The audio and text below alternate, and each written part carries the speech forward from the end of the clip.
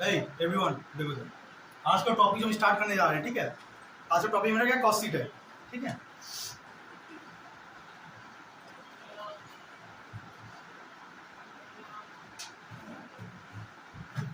Cost sheet का basic introduction class, ठीक है। सबसे पहला क्वेश्चन जब हम स्टार्ट करने थे कॉस्ट शीट, तो कॉस्ट शीट बोलते किसको है ना। आपका सबसे पहला क्वेश्चन होना चाहिए कॉस्ट शीट बोलते किसको। जिस तरीके से आप अकाउंट्स किए थे, अकाउंट में क्या था, फाइनल अकाउंट था ना, वहाँ बनाते बैलेंस शीट। तो वहाँ आपको बताए थे हम कि बैलेंस मतलब क्या था, जहाँ पूरा टोटल अकाउंट जो भी हम अकाउंट होते थे, purchase day book, sales day book, return, inverse, जितना तरह का जो अकाउंट था मेरा, वो हम क्या करते थे, उसका बैलेंस करते थे। दो वर्ड था बैलेंस प्लस शीट। तो उसी तरीके से यहाँ भी क्या करेंगे, दो वर्ड यहाँ भी ब्रेक कर देते थे, cost plus sheet.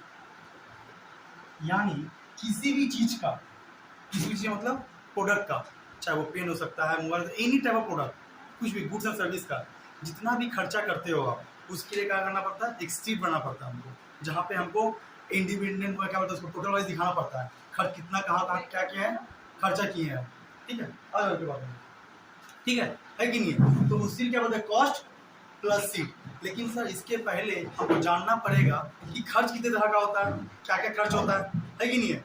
There are the several types of expenses, है कि नहीं है। और इसी एक्सपेंस को देखो, हम पहले ही बोल चुके थे, एक चाय वाले में, एक अकाउंटेंट में अंतर ये बात होता है कि चाय वाला कोई अकाउंटिंग को फॉलोअप नहीं करता, वो कोई एक्सपेंस मेंटेन नहीं करता, वो कितना खर्चा किए और कितना इनकम आया प्लस माइनस कर दिया ना। लेकिन एक अकाउंटेंट और एक आपका जो भी हो, चार्ट अकाउंटेंट हो चाहे कॉस्ट अकाउंटेंट हो, लोग अकाउंटेंट क्यों बोलते हैं, नॉर्मली बीकॉम पास अकाउंटेंट क्यों बोलते हो, क्योंकि वो लोग फॉर्मेट फॉलो करता है, रूल फॉलो करता है, प्रिंसिपल मानता है कि नहीं है। तो उसी तरीका से हम लोग जब कॉस्ट शीट बनाने जाएंगे, सर क्या वो जो चाय वाला है, मूवी दुकान वाले हैं, वो नहीं बनाते कॉस्ट शीट अपना, वो भी बनाते हैं, वो भी खर्चा बनाते हैं, बट वो आपके तरह प्रिंसिपल फॉलो ऑफ नहीं करते हैं, रूल फॉलो उतना नहीं करते। उनको सीधा मतलब है मेरे पॉकेट से कितना गया और मेरे पॉकेट में कितना आया, प्लस और माइनस करना है कि नहीं है।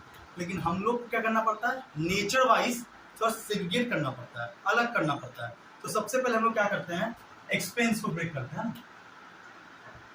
एक्सपेंस, इस एक्सपेंस को क्या करेंगे, ब्रेक करेंगे।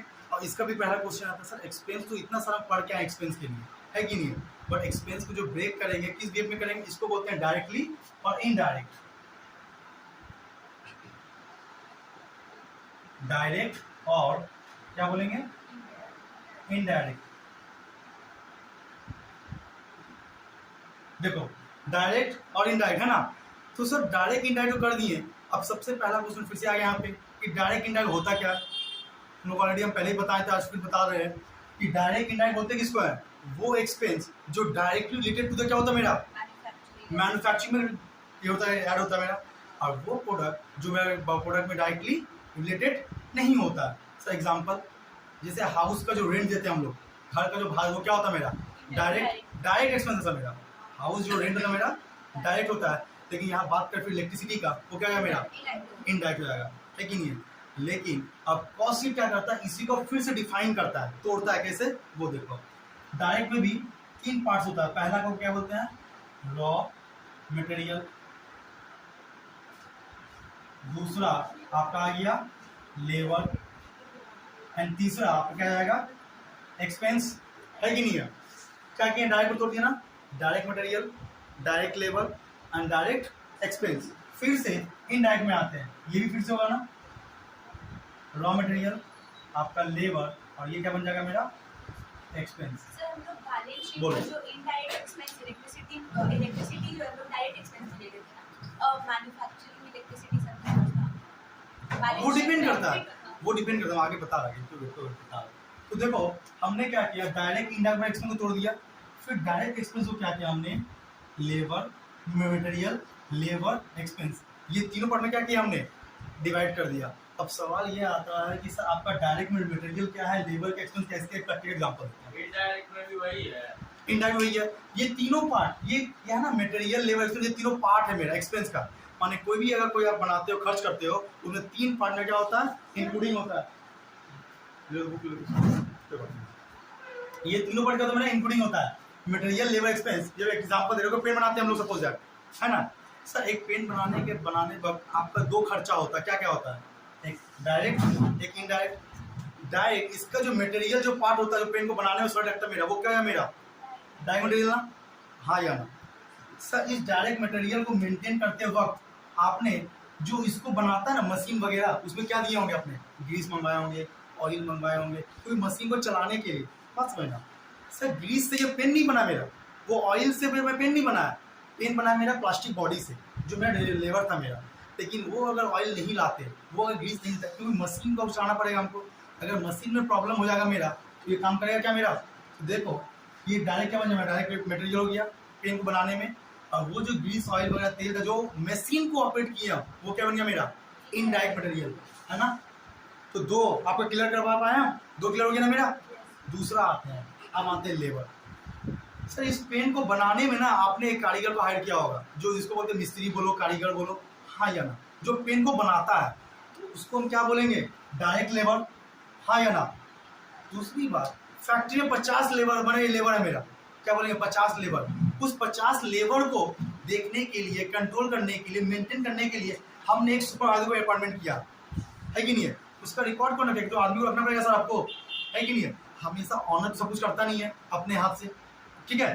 तो इसीलिए जो हम बंदे को रखा उसको सुपरवाइज करने के लिए, लेबर को देखने के लिए, उसको क्या बोलेंगे इनडायरेक्ट लेबर। तो direct labour indirect labour clear हुआ, बोलो। सुपरवाइजर है वो भी तो डायरेक्ट लेवल कर सकता है, क्योंकि वही तो सब उसके अंदर जो होता है वो भी इनडायरेक्ट लेवल। आप एक बता रहे हैं, आपने कहा कि सुपरवाइजर को क्यों नहीं डायरेक्ट बना, क्योंकि कल तक सुपरवाइजर नहीं आता है, एब्सेंट हो जाता है, मेरा काम रुकेगा क्या, बंद होगा काम क्या, प्रोडक्शन इज गोइंग ऑन, पता है प्रोडक्शन में क्या जब चलता रहेगा। सुपरवाइजर वो मटेरियल नहीं बनाता है, डायरेक्ट लेवल। जी हाँ, सुपरवाइजर क्या करता है, गाइड करता है। और एक बात आपको बता दे रहे हैं कि डायरेक्ट बोलने का मतलब रिलेटेड टू द प्रोडक्शन, अगर जिसकी वजह से प्रोडक्शन में रुक जाता है, अगर लेबर नहीं है प्रोडक्शन रुक जाएगा। सर जी आपका, मेरे पास 50 लेबर थे मेरे पास, लेकिन 10 लेबर एब्सेंट थे कुछ रीजन वाइज, आज 40 लेबर आया, काम में फिट बना मेरा। लेकिन मैनेजर क्या था, वो 2 दिन नहीं आ पाया, प्रॉब्लम था कुछ, तो मैनेजर अपना इंस्ट्रक्शन दे देगा कि देखो ये काम आप लोग रेडी होना चाहिए, हम आए चाहे नहीं आए, है कि नहीं है। तो हमको वो इंस्ट्रक्शन क्या करना पड़ता है, फॉलोअप करना पड़ता है। इसीलिए फैक्ट्री में आपका जो सुपरवाइजर वगैरह जो होता है वो क्या होता है इनडायरेक्ट, बाकी जो क्या होता है मेरा डायरेक्ट लेबर। क्लियर होगा तो मेरा दूसरा आता है। अब आते हैं एक्सपेंस, कि सर डायरेक्ट एक्सपेंस क्या होता है मेरा, ये तो बताइए ना, है कि नहीं। अब देखो जिस तरीके से बॉडी बनाए थे आप, प्लास्टिक का बॉडी मटेरियल, इसके तो इंक लाना पड़ेगा ना, इसको कॉटन लगाना पड़ता है अंदर में, इंक देने के लिए पड़ेगा, ये भी तो मेरा एक तरफ से एक्सपेंस हुआ मेरा, है कि नहीं है। कैरेज चार्जेस, देखो परचेस लाने को जो खर्चा किए वो मैं डायरेक्ट खर्चा हो गया ना, क्योंकि अगर सामान का भाड़ा जो खरीद के लाए, अगर उसको हम भाड़ा नहीं देंगे वो देगा क्या हमको, नहीं देगा ना। मेरा परचेस का टाइम होता है, सेल्स टाइम नहीं बता रहे हम, क्या बता रहे हैं हम, परचेस के वक्त जो आप खर्च करते हो, जो भी एक्सपेंस बने उस मटेरियल को बनाने के लिए, वो सब क्या है मेरा डायरेक्ट एक्सपेंस। इनडायरेक्ट वगैरह जो होर्डिंग लगाते हो, प्रिंटिंग लगाते हो, आप एडवर्टाइजमेंट करते हो, जो खर्च करते हो, वो क्या है मेरा इनडायरेक्ट एक्सपेंस। यहाँ तक क्लियर हो सबका, बोलो बताओ यहाँ तक। यानी कोई भी हो, चाहे वो डायरेक्ट हो या इनडायरेक्ट हो, हम क्या कहते हैं 3% डिवाइड करते 3% रॉ मटेरियल लेबर एक्सपेंस, फिर से क्या है रॉ मटेरियल लेबर एक्सपेंस, ठीक है। जल्दी कॉपी करो।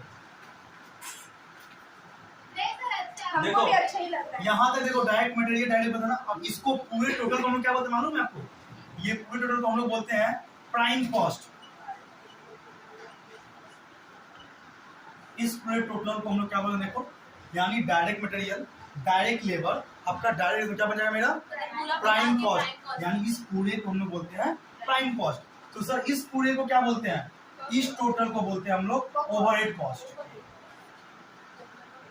इस टोटल को हम क्या बोलते हैं ओवरहेड कॉस्ट, ठीक है। बात समझ सबको कि इस टोटल क्या बोलते हैं डायरेक्ट मटेरियल जितना भी पार्ट है प्राइम कॉस्ट, और ये बन जाएगा ओवरहेड। तो बताओ कि प्राइम कॉस्ट में ओवरहेड में क्या डिफरेंस हो गया मेरा, बताओ। प्राइम कॉस्ट मतलब क्या था मेरा बेसिक कॉस्ट, हम लोग को प्राइम कॉस्ट क्या बोल सकते हैं हम लोग बेसिक कॉस्ट, वो भी लिख देते हैं सब छोटा सा यहाँ पे। प्राइम कॉस्ट को बोलते हैं हम लोग बेसिक कॉस्ट, और ओवरहेड को क्या बोलते हैं सबऑर्डिनेट, माने हेल्प करने के कॉस्ट। कि सर अगर ये खर्च करने के लिए, ये बनाने के लिए अगर ये नहीं करेंगे तो ये आपका नहीं होगा। आपको मेरा बताए थे कि डायरेक्ट एक्सपेंस वो एक्सपेंस होता है कि जिसको अगर नहीं करेंगे तो मेरा बिजनेस क्या हो जाएगा, इमीडिएटली बंद हो जाएगा ना। लेकिन इनडायरेक्ट वो एक्सपेंस होता है जिसको नहीं करने से बिजनेस तो बंद नहीं होगा, बट फ्यूचर में बंद होने का चांसेस बढ़ जाता है, एक्सपेक्टेशन बढ़ जाता है कि नहीं है? मैन्युफैक्चरिंग में अफेक्ट ठीक है। तो सर ये मेरा प्राइम कॉस्ट हो गया, ये मेरा ओवरहेड हो गया। अब ओवरहेड में देखो बहुत सा कैटेगरी होता है, बहुत सा सबऑर्डिनेट होता है, मेरा ब्रेकअप होता है मेरा। तो पहला को बोलते हैं फैक्ट्री। देखो तो, यानी जो खर्चा आप फैक्ट्री में करोगे उसको क्या बोलेंगे? फैक्ट्री ओवरहेड, है कि नहीं है? जो खर्चा, जो एक्सपेंस आप अपना फैक्ट्री में करोगे उसको क्या बोलेंगे हम लोग? Factory overhead. सर फैक्ट्री के बाद और कहाँ जाएंगे हम लोग? ऑफिस में ना। सर ऑफिस जो बोल रहे हैं आप, वो ऑफिस में करते क्या है? कुछ तो करते नहीं है। करते क्या ऑफिस में? ऑफिस में डिसीजन लेते हैं हम लोग ना, कि किस लेबर से कैसे काम करवाना है, कल का मोटो क्या आएगा, कल का प्लान क्या मेरा, है कि नहीं मेरा? तो उसी लिए उसको हम क्या बोलते हैं? Office overhead. नेक्स्ट लिखो, ऑफिस ओवरहेड। उसके बाद सर आपका माल यहाँ बन गया फैक्ट्री में, उस सामान के माल जो डिसीजन लिए वो गया फैक्ट्री में। उसके बाद क्या करते हैं? सेलिंग करते हैं हम लोग, ये किस मार्केट में कहाँ बेचना है, कहाँ कैसे करना है, नहीं करना है। तो इसको हम क्या बोल सकते हैं? Selling and distribution. Selling and distribution overhead. देखो तो, सेलिंग एंड डिस्ट्रीब्यूशन सबको क्लियर है? तो बोलो जल्दी बोलो। ओवरहेड इसलिए है कि ये क्या सबऑर्डिनेट है ना उसका, ये सबऑर्डिनेट में अदर। जी हाँ, यानी इस मटेरियल को बनाने के लिए जो एक्स्ट्रा साइड से जो खर्च करना पड़ता है, एक्सेप्शन केस में खर्च करना है कि नहीं है? तो वो जो करना ओवरहेड हो गया। अब ओवरहेड को भी हम लोग पढ़े एज पर कॉस्ट 3 पार्ट से डिवाइड किए हम लोग। तो पहला क्या था मेरा? फैक्ट्री में जहाँ माल बनता है, मेरा प्रोसेसिंग होता है, सब कुछ होता है कि नहीं है? तो उसको क्या बना दिए हम लोग? Factory overhead. उसके बाद जो फैक्ट्री को कंट्रोल करने के लिए हम लोग ने एक छोटा सा ऑफिस बनाया, 2-4 का अकाउंटेंट लग दिए, कैशियर लग दिए, मैनेजर लग दिए, तो वो क्या बन जाएगा मेरा? Office overhead. और तीसरा जो सामान को बेचना पड़ेगा ना हमको, कहाँ जाना है, नहीं जाना है, वो सब क्या बोलेंगे? Selling and distribution overhead. यानी ये जो आज बताएं हम, ये टोटल मेरा क्या है? कॉस्ट शीट का एलिमेंट। इसी एलिमेंट से हम अब क्या करेंगे? कॉस्ट शीट बनाएंगे। ठीक है, बस। नहीं, प्राइम कॉस्ट हो गया direct material, direct labour, direct expense, बस। ठीक है, चलो क्वेश्चन का नंबर 1 हम स्टार्ट करने जा रहे हैं आज का। ठीक है, तो पहला लिखो, स्टेटमेंट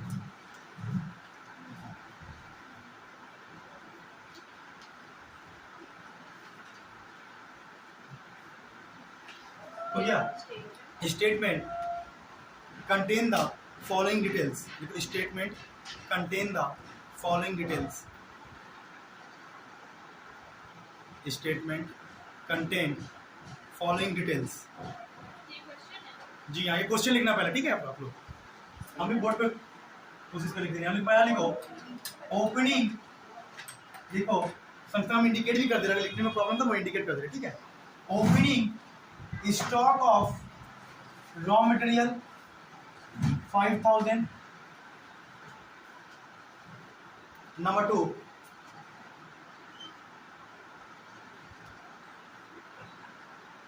क्लोजिंग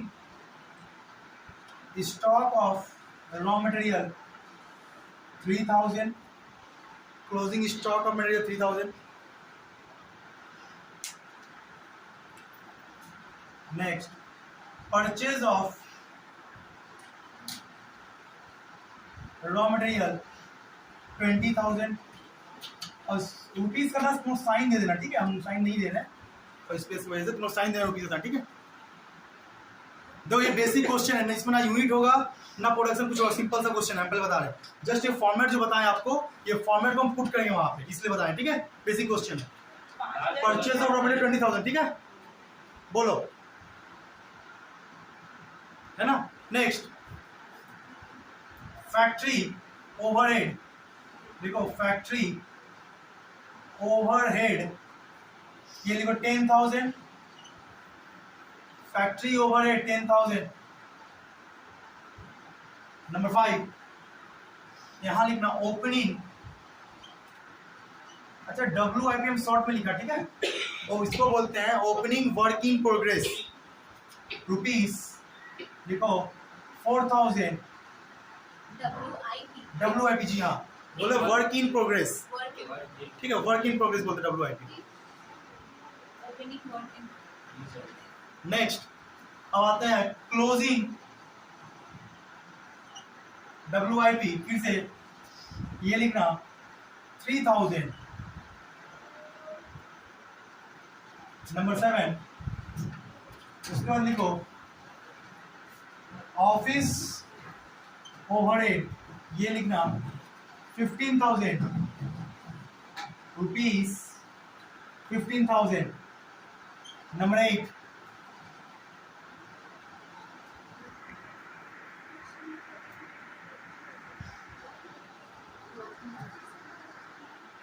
अगर समझ में नहीं आया तो इंडिकेट कर दे रहे हम, लिख लो, बोलो क्या प्रॉब्लम है।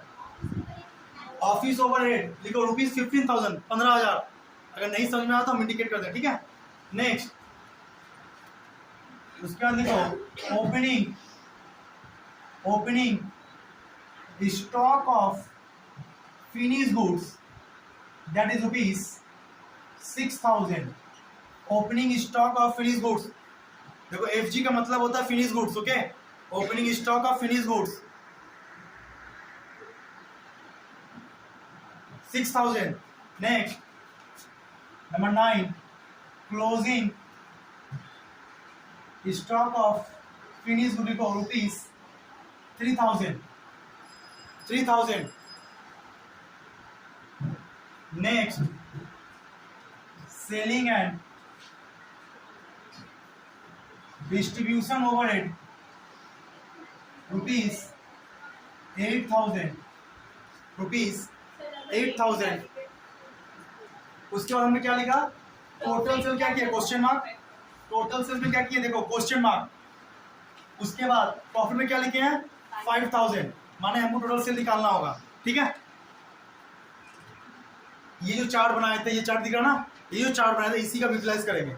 आपको कुछ नहीं करना, पर्टिकुलर रख के 2 अमाउंट कम ड्रॉ करना है, ठीक है। एक पर्टिकुलर रख के आप फॉर्मेट देखो, कुछ नहीं सर, कुछ नहीं, देखो फॉर्मेट देख लो, एक पर्टिकुलर 2 अमाउंट कम ड्रॉ कर लो बस। जैसे जर्नल करना। जी हाँ, जैसे जर्नल करते, बट जर्नल में क्या था, डेट होता था, पर्टिकुलर होता था ना, वो कुछ नहीं होता था। देखो याद रखना, ये जो कॉस्टिंग है आपका अकाउंट से इजी है, बट वो आपके ऊपर है, अगर नहीं पढ़ोगे तो फिर सब हो जाएगा, ठीक है।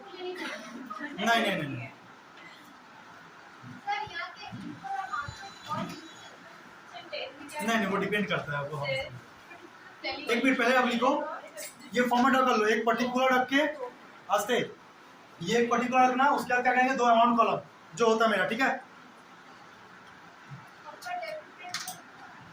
नहीं सर जी, वो नहीं निकलेगा, ठीक है, ऐसा कोई बात नहीं है, चलो जल्दी।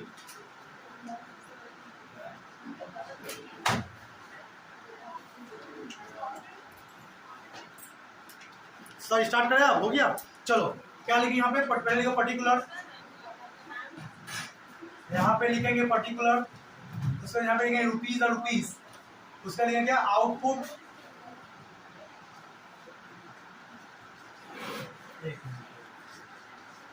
यहाँ पे क्या लिखेंगे हम लोग आउटपुट, उसका क्या लिखेंगे आप पीरियड। देखो इसके लिए ना कोई हमको 2 बार बताए थे पहले भी, आपको फिर बता रहे हैं कि सब कुछ टीचर बोलते हैं यहाँ पे पीरियड लिखने के लिए, और कुछ टीचर बोलते हैं यहाँ पे आउटपुट लिखने के लिए, वो डिपेंड करता है मेरा। हम इस पे आउटपुट भी लिख सकते हैं, पीरियड भी लिख सकते हैं। अगर यहाँ आउटपुट लिखते हैं तो पीरियड क्या करेंगे, इस जगह पे लिखेंगे, और यहाँ अगर आउटपुट लिखेंगे पीरियड को रिवर्स कर देंगे उल्टा साइड में, पर रॉन्ग नहीं है, दोनों सही है।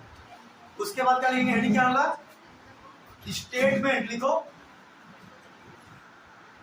Statement showing the cost sheets, statement showing the cost sheet, जल्दी।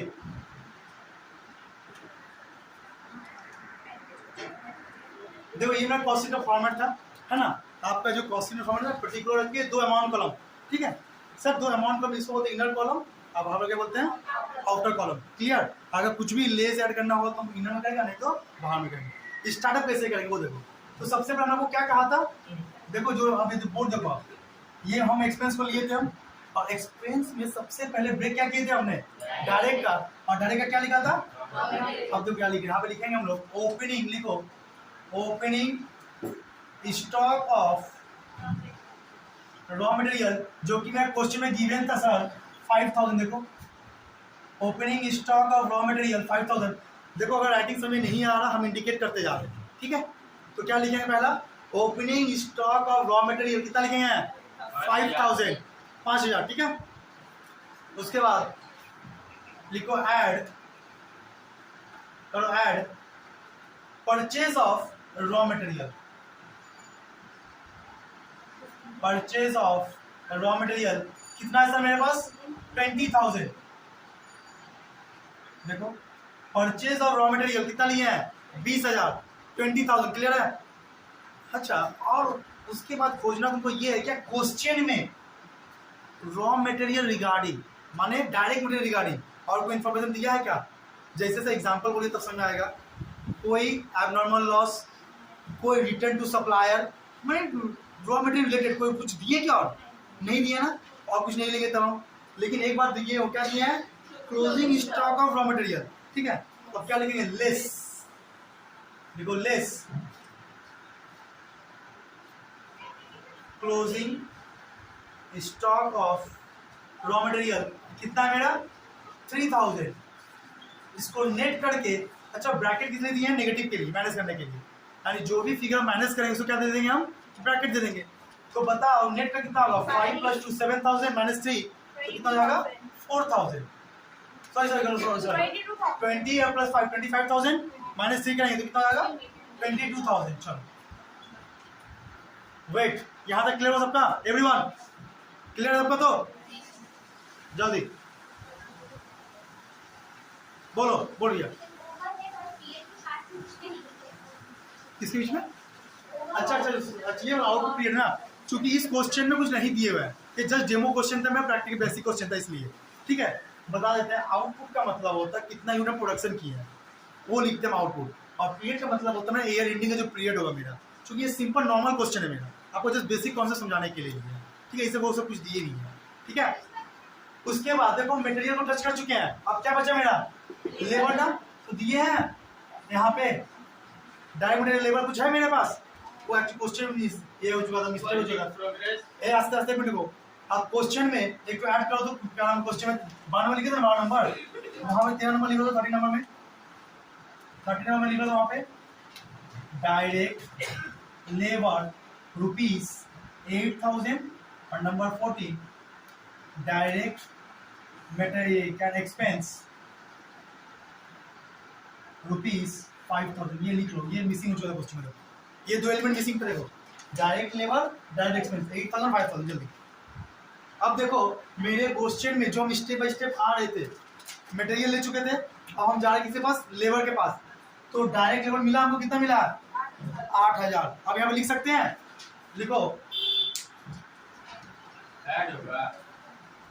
लिखो जी हाँ, डायरेक्ट लेबर सर कितना लिए थे आप, देखो यहाँ पे देखो 8000 मिला, लिखो 8000 जल्दी। उसके बाद डायरेक्ट लेबर बाद क्या था मेरा, डायरेक्ट एक्सपेंस था, यहाँ पे क्या लिखेंगे, डायरेक्ट एक्सपेंस कितना था मेरा, 5000 मीन्स 5000। अब इन तीनों को ऐड करेंगे, देखो 22,000 8,000 एंड 5,000 टोटल करो कितना होगा, जल्दी 22 + 8 30 एंड 5 35 हो जाएगा। इनर पे वही था, इनर में रख के तो आउटर में ऐड। देखो एक्चुअल में क्या था, इस फिगर में कोई एडलेस नहीं था मेरा, ये अपने आप में कंप्लीट फिगर था।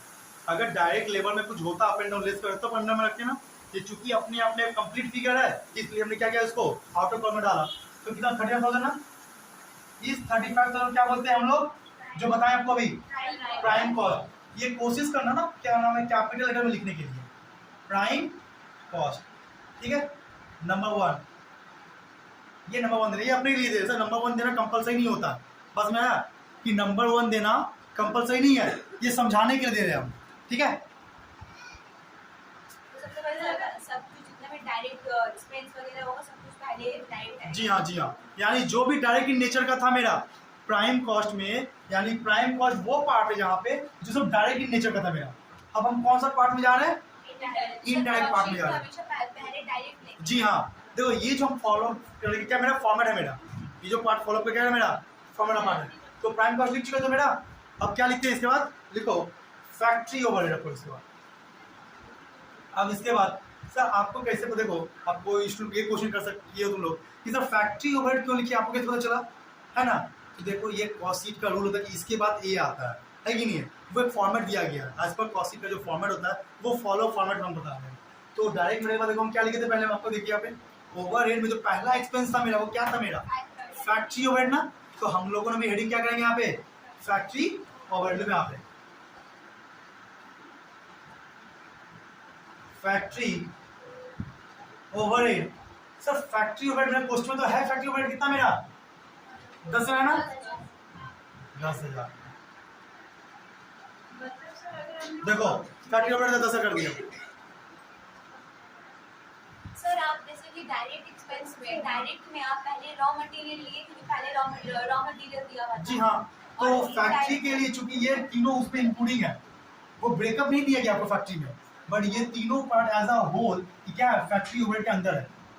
ये फैक्ट्री ओवरहेड है ना, हाँ। इसमें तीनों पार्ट घुसा हुआ है इसीलिए। रॉ मटेरियल लेबर है। जी हाँ, तो देखो 35,000 प्लस 10,000 कितना है मेरा? 45,000। ये भी एक हेड बनता है, इस हेड को हम लोग बोलते हैं ग्रॉस वर्क कॉस्ट। याद रहेगा बात को? क्या बोले हैं? नंबर 2 में हेडिंग करना ग्रॉस वर्क कॉस्ट, ठीक है? इसको बोलते हैं ग्रॉस वर्क कॉस्ट। हाँ कैपिटल में ही तो, ये तो कैपिटल में। अरे हम तो स्मॉल में कोई बात नहीं, तो तुम लोग लिखो, ठीक है? सर ये दूसरा क्या है? बोलो यहाँ तक कोई डाउट है किसी को? सर ये फैक्ट्री ओवरहेड से प्लस 2 करिए 10,000। खर्चे एक्सपेंस हम बना क्या रहे हैं?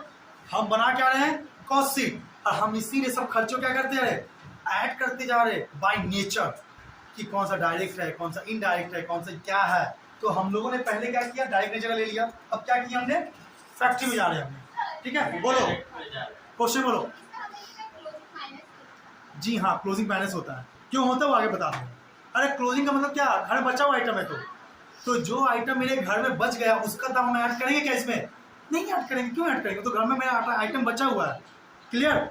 चलो अब लिखो इसमें ऐड, फिर से लिखो ऐड, जल्दी जल्दी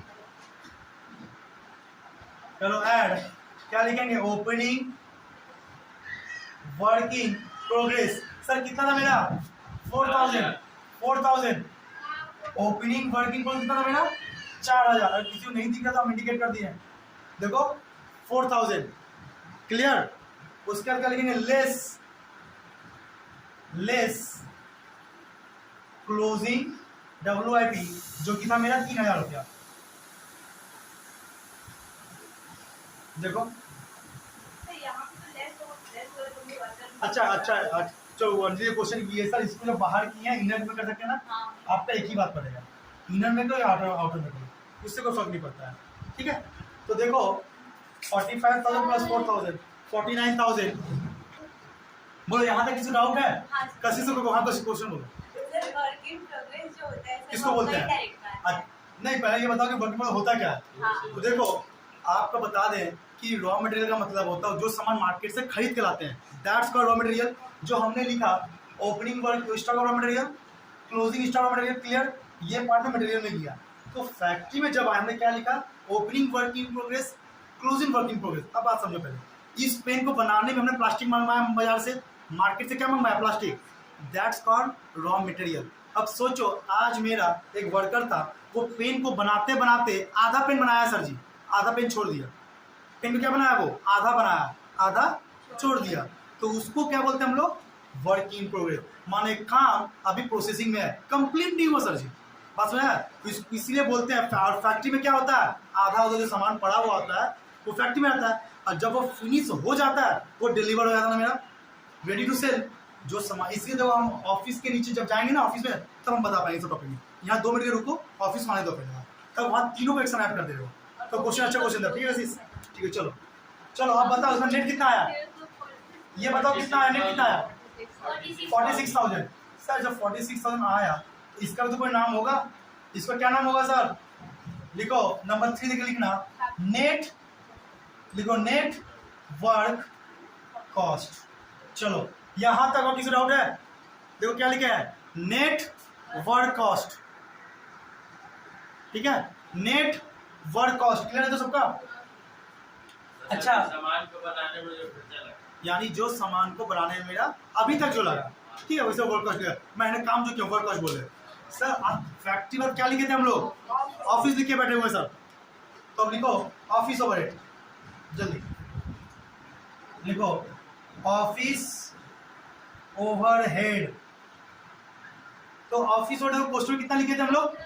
मेरा क्वेश्चन में कितना था, ऑफिस ओवरहेड में कितना था मेरा?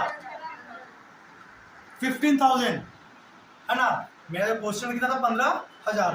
तो लिखो 15,000 यहाँ पे, लिखो 15,000। तो कितना आ जाएगा? 46,000 प्लस 15,000 कितना जाएगा? 6 प्लस 5 1, और ये कितना आएगा? 4 प्लस 2 6, 61,000। इसको क्या बोलेंगे हम लोग?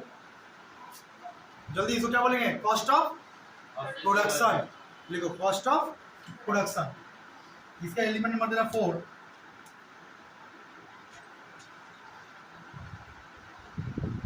Cost of production. चलो कॉस्ट ऑफ प्रोडक्शन, जी हाँ 61,000। कॉस्ट ऑफ प्रोडक्शन कितना निकला मेरा? 61,000। क्लियर यहाँ तक? अब फिर से एडलेस करेंगे ना, क्योंकि अभी भी कुछ सामान मार्केट में बिका, कुछ सामान मेरे घर बचा होगा, तो इसी को क्या बोलते हैं? Finish good. तो लिखो ऐड, लिखो ऐड, ऐड। यहां तक क्या निकाल चुके हम लोग? Cost of production. अब ऐड में क्या लिखेंगे हम लोग? लिखो फिर से, ओपनिंग फिनिश गुड्स। सर जी ओपनिंग फिनिश गुड्स था कितना मेरा पास? 6,000। ओपनिंग फिनिश गुड्स था 6,000। और फिर करेंगे लेस, ये शॉर्ट में लिखिए, आप लोग मत लिखिएगा, नंबर आपको मिलेगा, हमको नहीं, याद रहे बात को, ठीक है। 6,000 और उसके बाद क्या होगा मेरा? क्लोजिंग कितना? 3,000। एड लेस करो टोटल, बोलो कितना आया?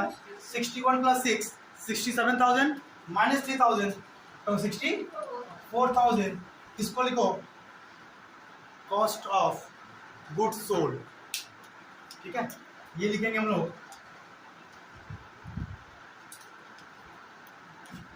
अगर हम कॉस्ट ऑफ गुड्स सोल्ड तक किए, अगर हम तो कितना cost of goods sold, just a minute, cost of goods, ये कैपिटल में लिखना है, देखो 4 नंबर,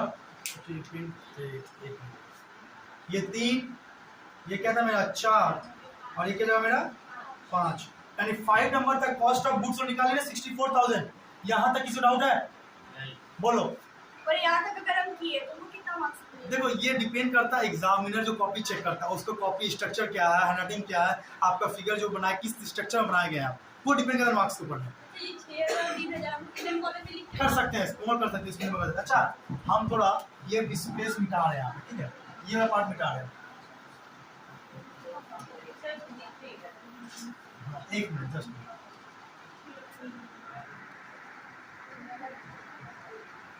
अब दिख रहा तो फिर में जो फॉर्मेट था वो हम ड्रॉ कर लेते हैं। अच्छा अगर कोई पेज चेंज करते हो एग्जामिनेशन में, आपको सब कुछ फिर से चेंज करना पड़ेगा, माने फॉर्मेट ड्रॉ करना पड़ेगा, पर्टिकुलर बनाना पड़ेगा, लिखना भी पड़ेगा, ठीक है। तो कॉस्ट ऑफ गुड्स कितना मिला? 64,000 ना, ठीक है। इसके बाद हम उसको जस्ट कॉपी कर रहे हैं, आप लोग मत करना, हम कर दें इसको, फिर से हम यहाँ पे ला रहे हैं। कॉस्ट ऑफ गुड्स सोल्ड कितना निकला? 64,000। अब इसमें क्या करते हैं? ऐड, डायरेक्ट लिखते हैं तो ऐड भी कर सकते हैं, डायरेक्ट लिख भी सकते हैं, ठीक है। Selling and distribution overhead, sir कितना लिखे थे आप? सेलिंग डिस्ट्रीब्यूशन 8,000 ना। देखो हमने क्वेश्चन में आपका दिया गया है 64,000 था मेरा कॉस्ट ऑफ गुड्स सोल्ड, और उसमें सेलिंग डिस्ट्रीब्यूशन क्या करेंगे? ऐड करेंगे 8,000 माने 8,000, तो टोटल कितना आएगा मेरा? 72,000। इसी को बोलते हैं कॉस्ट ऑफ सेल्स। देखो तो ये बन जाएगा मेरा ये था मेरा 5 नंबर। देखो हम स्मॉल कर दिए, आप लोग कैपिटल ही रखना, कोई बात नहीं सर। स्मॉल करें नंबर कटेगा क्या? तो नंबर नहीं कटेगा, वो फिर से बोला एग्जाम में ऊपर ना एक कॉपी का वो फॉर्मेट मेंटेन करना पड़ता है। बोलो। कॉस्ट ऑफ गुड्स सोल्ड और ये है कॉस्ट ऑफ सेल्स। जी हाँ। कॉस्ट ऑफ गुड्स सोल्ड का मतलब होता है कॉस्ट गुड्स के जो बनाने में टोटल खर्चा लगा, जो कॉस्ट ऑफ गुड्स सोल्ड उस सामान बनाने में। अब ये मार्केट में बिकने चल रेडी है, अब मार्केट में जो बिकने जा रहा है, मार्केट में मैंने रेडी टू सेल होने तक का जो खर्चा हुआ उसको बोलते हैं कॉस्ट ऑफ सेल्स। बस आया। अब इसमें करेंगे, अगर प्रॉफिट है तो ऐड और लॉस हुआ तो क्लियर है बात। तो इसके बाद क्या करेंगे, ऐड। देखो मैं इसीलिए पेन दूसरा पहले ब्लू ठीक है। देखो अब रेड कलर दूसरा जाएगा। देखो ऐड किए क्या, प्रॉफिट कितना दिया है 5000। अब ऐड करो, देखो 77,000, ये बन गया मेरा क्या टोटल सेल्स, और इसी को बोलते हैं sale price. Clear, this is the cost यहाँ तक कंप्लीट। ठीक है। अब देखो यहाँ तक किसी को कुछ क्वेश्चन तो बोलो। यानी क्या बन गया मेरा टोटल सेल और क्या बोलते हैं सेल प्राइस। चलो हेलो एवरीवन, सबसे पहले आप लोग का देखो टोटल से निकाल चुके ना, जस्ट फिर से एक बार रिमाइंड करवा दे रहे आप लोगों को क्या किए कहते हैं। सबसे पहले हम लोग क्या लिखा, ओपनिंग स्टॉक रॉ मटेरियल, उसके बाद क्या किया हमने परचेज रॉ मटेरियल, उसका क्या किया closing raw material. Sir closing of raw material less क्यों कर? अच्छा क्लोजिंग रॉ मटेरियल लेस क्यों किया, इसके पहले बताने का पहले हम जस्ट एक बार गो थ्रू फिर से कर दे रहे हैं। सर देखो रॉ मटेरियल यहाँ भी है, यहाँ भी रॉ मटेरियल है, ओपनिंग क्लोजिंग, यहाँ भी WIP ओपनिंग, यहाँ भी क्लोजिंग, फिनिश गुड्स, यहाँ भी माइनस, यहाँ पे देखो हर जगह किए थे ना। आपको हम बताएंगे फिर से कि जिस समय मार्केट से सामान आया, जितना सामान लगने का था, यूज करने का था, है कि नहीं था, वो लग चुका था। लेकिन कुछ मटेरियल मिले घर में क्या होता है बच जाता है। सपोज आप लोग कोई पार्टी फंक्शन करते हो, जो एलिमेंट आप बनाते हो फूड वगैरह खाना बनाने के लिए, वो सब यूज हो जाता है क्या, या तो सब खत्म ही हो जाता है या तो कुछ बच जाता है। तो जो बच जाता है वो कॉस्टिंग हम ऐड करेंगे उसमें नहीं, क्योंकि वो पैसा आपको वापस आपके घर में आ चुका था। तो इसीलिए क्या लिखे थे क्लोजिंग स्टॉक रॉ मटेरियल, जो मटेरियल मेरे घर में बच जा रहा है वो तो मेरा पैसा कॉस्ट कटिंग हो रहा है, मेरा कॉस्ट बच जा रहा है। तो इसलिए क्या करते हैं हम लोग लेस करते हैं। सेम टाइप ऑफ सेम जो ओपनिंग वर्क इन प्रोग्रेस था, माने जो सामान हम बना रहे हैं आता, वर्क इन प्रोग्रेस मतलब क्या सामान बन रहा प्रोसेसिंग में मेरा, है कि नहीं है। तो इसलिए ओपनिंग में क्या कर दिया है, ओपनिंग में कल का बचा हुआ, जैसे आज हम आके दुकान खोलेंगे तो सर कल का तो जो बचा हुआ प्रोसेस था उसको अफेक्ट देंगे क्या हम। जैसे आप लोग जाते हो दुकान वगैरह में, जो कल का सामान तो क्या कहता है सामान यूज करते हैं ना वो लोग, तो उसी तरीका से ओपनिंग का मतलब होता है कल का एंडिंग और आज का क्लोजिंग, कल का ओपनिंग, है ना। आज जो सामान बच जाता है वो कल का क्या बन जाता मेरा ओपनिंग बन जाता सर जी मेरा। क्लियर। तो उसी तरीका से जितना भी ओपनिंग वाला पार्ट है, चूंकि आज दुकान खोले हैं तो वो मटेरियल तो फेंक नहीं सकते हम, तो जितना भी ओपनिंग पार्ट देखो सबको क्या किया हमने ऐड किया, और क्लोजिंग वाला पार्ट क्या किया हम लोग क्लोजिंग वर्क इन प्रोग्रेस को माइनस कर दें, बिकॉज वो घर में बच जा रहा है आपका, वो वर्किंग प्रोग्रेस क्या मेरा घर पे बचा हुआ मेरा आज का, तो इसलिए क्या लिखे हम लोग क्लोजिंग वर्क इन प्रोग्रेस। जब आते हैं बोर्ड पे फिर से तो क्या किए ओपनिंग स्टॉक रॉ मटेरियल, फिर से purchase raw material, closing raw material. अब कोई स्टूडेंट सर ये जो 22,000 निकला था ये तो कुछ लिख नहीं सकते क्या, देखो ये 11 क्लास है तो चलता है, आपको लिखना पड़ेगा और नहीं भी चलेगा, लेकिन बीकॉम के लिए थोड़ा मैंडेटरी कर देता है कि लिखना पड़ेगा, कुछ ना कुछ देना पड़ेगा। तो इसको हम लोग जो निकलता है प्लस माइनस इसको बोलते हैं रॉ मटेरियल कंज्यूम। क्या बोलते हैं रॉ मटेरियल जी हाँ, लिख लो रॉ मटेरियल कंज्यूम, ये रॉ मटेरियल कंज्यूम बस में आया। ये कंपलसरी नहीं हो रहा, लिख भी सकते नहीं, कोई जरूरी नहीं है बेटा। सर अगर नहीं लिखेंगे नंबर काट लिया क्या, आप बोलते हैं नहीं काटेगा नंबर, आप टेंशन मतलब का वो टीचर के ऊपर डिपेंड करता है, टेंशन नहीं हो। तो बात रहा रॉ मटेरियल कंज्यूम क्लियर है, रॉ मटेरियल कंज्यूम। हाँ बोलो ज़्यादा, ये कंपलसरी नहीं है, हम डायरेक्ट बता दे रहे, ये नंबरिंग करना कंपलसरी नहीं है, क्योंकि आपका बेसिक क्लास था, कॉन्सेप्ट समझा रहे थे इसलिए हम समझाए थे।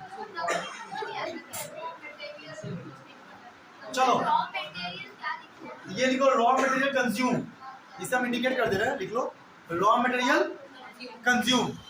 उसके बाद क्या लिखा हमने डायरेक्ट लेबर, डायरेक्ट एक्सपेंस, ये सबको ऐड करके क्या लिखा, मेरा हेड देखो हम इसको ना बॉक्स बनाते जा रहे हैं, क्या लिखा हमने प्राइम कॉस्ट। अच्छा सर डायरेक्ट लेबर हम लोग ऐड करें, डायरेक्ट एक्सपेंस ऐड करें, मतलब रॉ मटेरियल हमारे घर में आया और डायरेक्ट लेबर लगा रॉ मटेरियल बनाने के लिए और एक्सपेंस खर्चा हुआ रॉ। यानी यहाँ से एक टॉपिक तो क्लियर हो चुका है कि प्राइम कॉस्ट वो खर्चा होता है जो बेसिक कॉस्ट होता है मेरा मटेरियल को बनाने में, जो direct material, direct labour, direct expense. देखो वही देखिए ना, ये जो पार्ट है मेरा, हम इसको राउंड अप कर दे। देखो ये जो टोटल पार्ट है मेरा, ये क्या है, डायरेक्ट मटेरियल का हो गया। ये जो पार्ट हो गया डायरेक्ट लेबर का, ये क्या हो गया आपका डायग्राम में देखो, direct material, direct labour, direct expense, क्या बन गया प्राइम कॉस्ट। क्लियर ना मेरा। उसके बाद ओवरहेड के घर में, ओवरहेड में पहला जो था मेरा क्या था, फैक्ट्री ओवरहेड, लिख लिया। फैक्ट्री ओवरहेड का क्या लिखा हमने, ग्रॉस वर्क कॉस्ट। माने ग्रॉस बोलने का मतलब था अभी भी आपका कुछ ना कुछ प्लस होना, कुछ ना कुछ माइनस होना बाकी है, इसीलिए हमने फैक्ट्री में क्या लिखा हमने, gross work cost. Sir by default अगर एग्जामिनेशन हॉल में कोई स्टूडेंट छोड़ देता है ग्रॉस वर्क कॉस्ट लिखने के लिए, इसके लिए फिर से बोल रहे हैं कि ये छोटा मोटा गलती के नंबर नहीं काटता है। हाँ एग्जामिनर को अगर सही होता है कि नहीं पूरा प्रॉपर चाहिए तो मूड को डिपेंड करता है एग्जामिनर का, लेकिन यहाँ एज अ टीचर पता कोई नंबर काटना कंपलसरी नहीं होता है कि ग्रॉस वर्क कुछ इतना ज़्यादा इफेक्ट नहीं पड़ता आपका वो कॉस्ट शीट में। तो देखो सर क्या लिखे हैं, ओपनिंग WIP। अच्छा एग्जाम फिर से बोल रहे हैं WIP नहीं लिखोगे, पूरा लिखोगे वर्क इन प्रोग्रेस, ये हम लिखे हैं, हमको नंबर नहीं चाहिए, आप लोग को नंबर चाहिए, ठीक है। ये चाहिए नंबर। तो ओपनिंग वर्क इन प्रोग्रेस, उसका क्या गया मेरा closing work in progress, and then सबको प्लस में फिर से क्या निकल गया मेरा नेट वर्क कॉस्ट। देखो है कि नहीं है, मैंने यहाँ तक आपका फैक्ट्री में जो भी खर्चा था सब कुछ ऐड कर दिया ना। तीसरा वो क्या मेरा ऑफिस ओवरहेड। आप लोगों का जो क्वेश्चन आता वो क्वेश्चन तो किए नहीं कि सर एक सामान को बनाने में ऑफिस का जो रोल प्ले होता है वो क्या होता है जो आपने ऑफिस को ऐड किया, ये तो क्वेश्चन बनता कि नहीं बनता मेरा क्वेश्चन कि ऑफिस ओवरहेड आपने क्यों ऐड किया। वहाँ तो अकाउंटेंट बनाता कुछ नहीं है, अकाउंटेंट तो एसी के अंदर बैठा हुआ है, मैनेजर वहाँ बैठा हुआ है।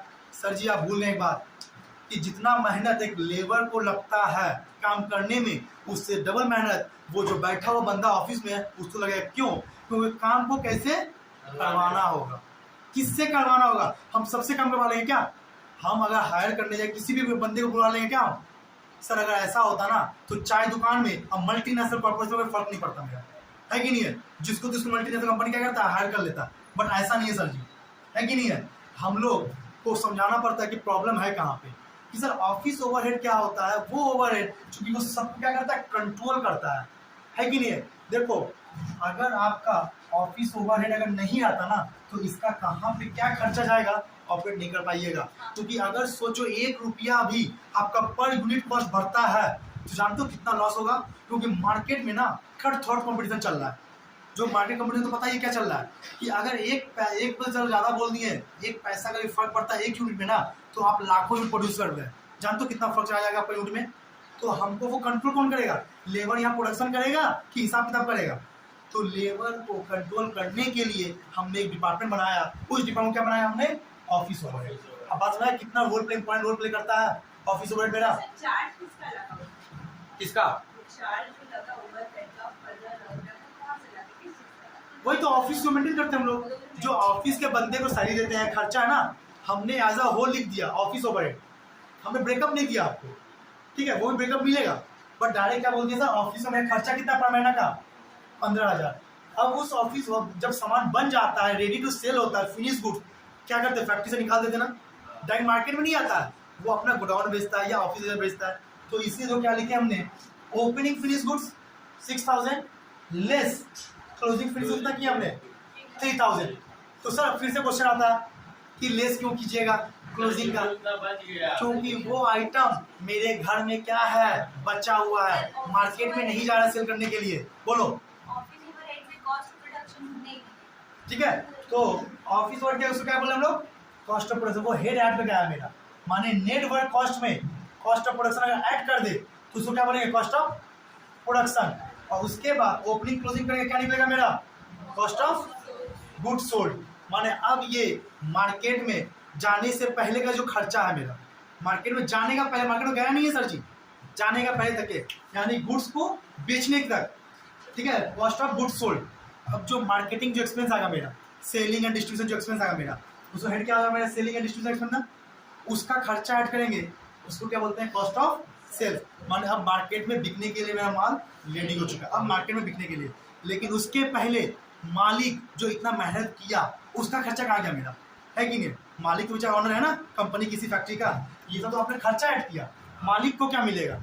मालिक जो इन्वेस्टर है बिजनेस कुछ तो कुछ देना पड़ेगा हमको इंटरप्रेन्योर लोग को, तो उसके लिए क्या हो जाएगा मेरा प्रॉफिट ऐड किए, तब जाके अब मार्केट में जो एक प्रोडक्ट को बनाने में जो टोटल मिलेगा दैट्स कॉल्ड 77,000।